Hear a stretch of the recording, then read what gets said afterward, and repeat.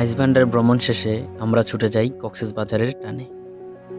চট্টগ্রাম থেকে কক্সবাজারগামী একটি non AC bus করে জনপ্রতি ৩৫০ টাকা করে ভাড়া দিয়ে আমরা কক্সবাজারের উদ্দেশ্যে রওনা করি। প্রায় ৫ ঘন্টা এই মার্চা নামক বাসটির মাধ্যমে জার্নি করে আমরা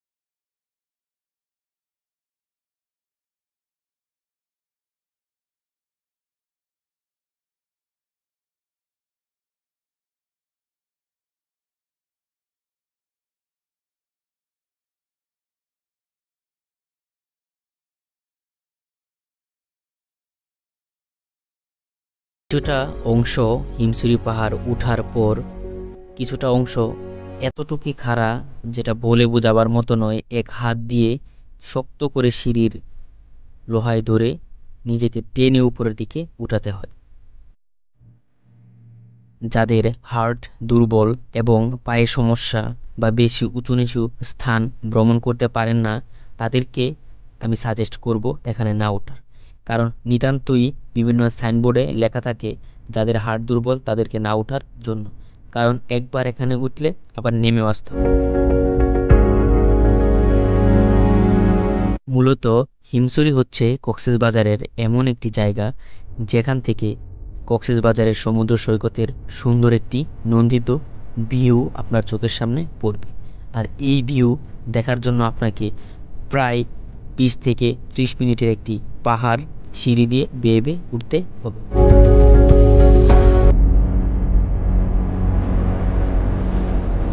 প্রচুর এনার্জি এবং স্ট্রং মানুষগুলোই এই হিমছড়ি পাহাড়ে উঠে অনেক হিমশিম খায়, আর দুর্বল মানুষগুলো নিতান্তই এখানে উঠে আর নামতে পারবে না, এটাই স্বাভাবিক। প্রায় 20 মিনিট এই পাহাড়ি পথ বেয়ে উঠে আমরা অবশেষে এখান থেকে কক্সবাজারের সুন্দর একটি ভিউ দেখার এবং ওয়েদারটুকু ফিল করার চেষ্টা করছিলাম।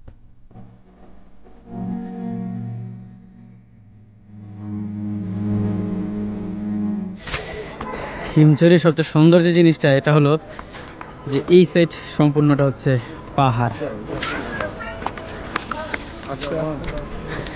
আর এই সাইড থেকে হচ্ছে সমুদ্র সৈকত দেখা যায়। একটু উপর থেকেই হয়তো ফুটেজে দেখেছেন আগে। ট্যুরিস্ট সিজনে এই হিমছড়ি এবং হিমছড়ি সহ কক্সবাজারের বিভিন্ন ট্যুরিস্ট প্লেসে প্রচুর পরিমাণে মানুষের ভিড় হয়ে থাকে। যদিও নিতান্ত এই ট্যুরিস্ট প্লেসগুলোতে তেমন কিছু দেখার বা পাওয়ার মতো কোনো কিছু নেই, তারপরেও এখানে প্রচুর ভিড় হয়ে থাকে।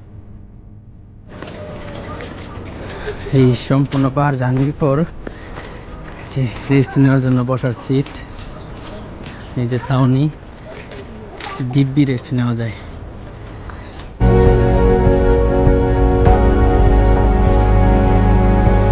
কক্সবাজারের বিভিন্ন সি বিচের আশেপাশে যেরকম বিভিন্ন ঐতিহ্যবাহী জিনিস বা কক্সবাজারের স্থানীয় মানুষের বানানো যে সকল জিনিস পাওয়া যায়, ওই রকমের কিছু দোকান হিমছড়িতেও রয়েছে, যা আপনারা পাহাড়ে ওঠার পুরো মুহূর্তেই এবং ঝর্ণা ভিজিট করার সময় দেখতে পাবেন।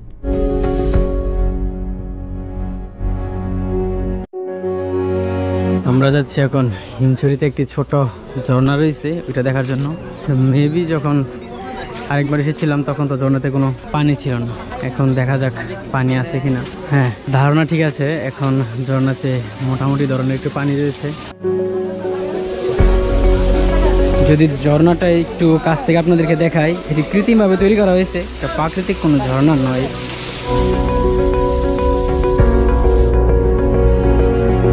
5 থেকে 10 মিনিট ঝর্ণা দেখার পর আমরা হিমছড়ি স্পট থেকে চলে আসি হিমছড়ি সি বিচে।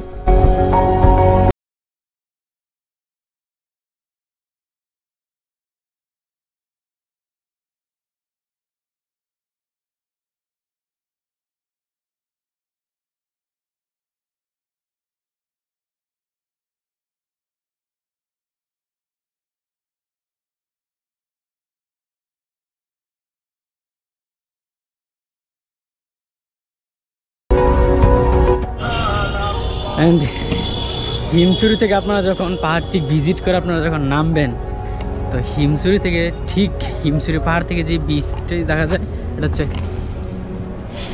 Himchari sea beach. আর এই হিমছড়ি সি বিচে মানুষের সমাগমটা অনেকই কম থাকে।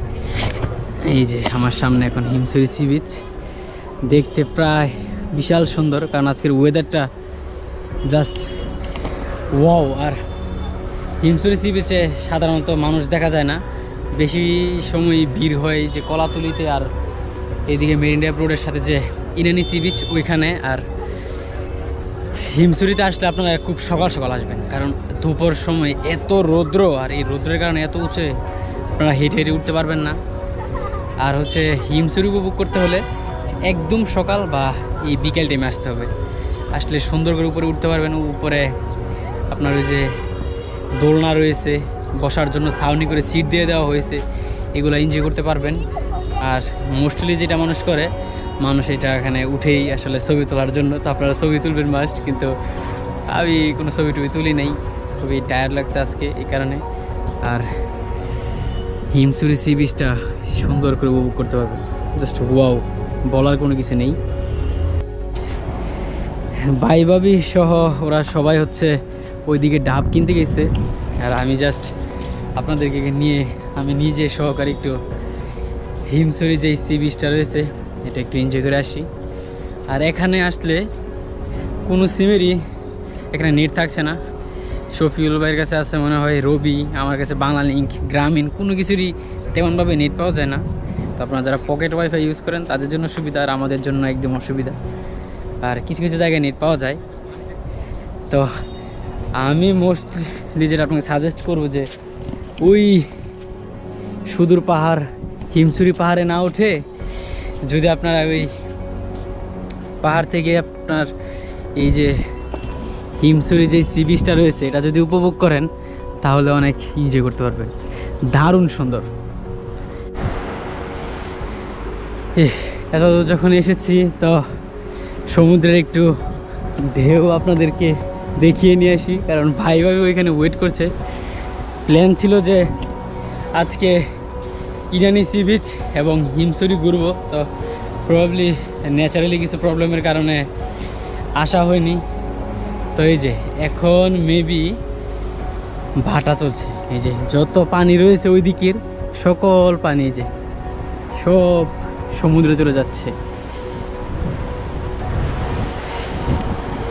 কক্সবাজার কক্সবাজার মানেই হলো প্রেমে পড়ার আরেকটি প্লেস।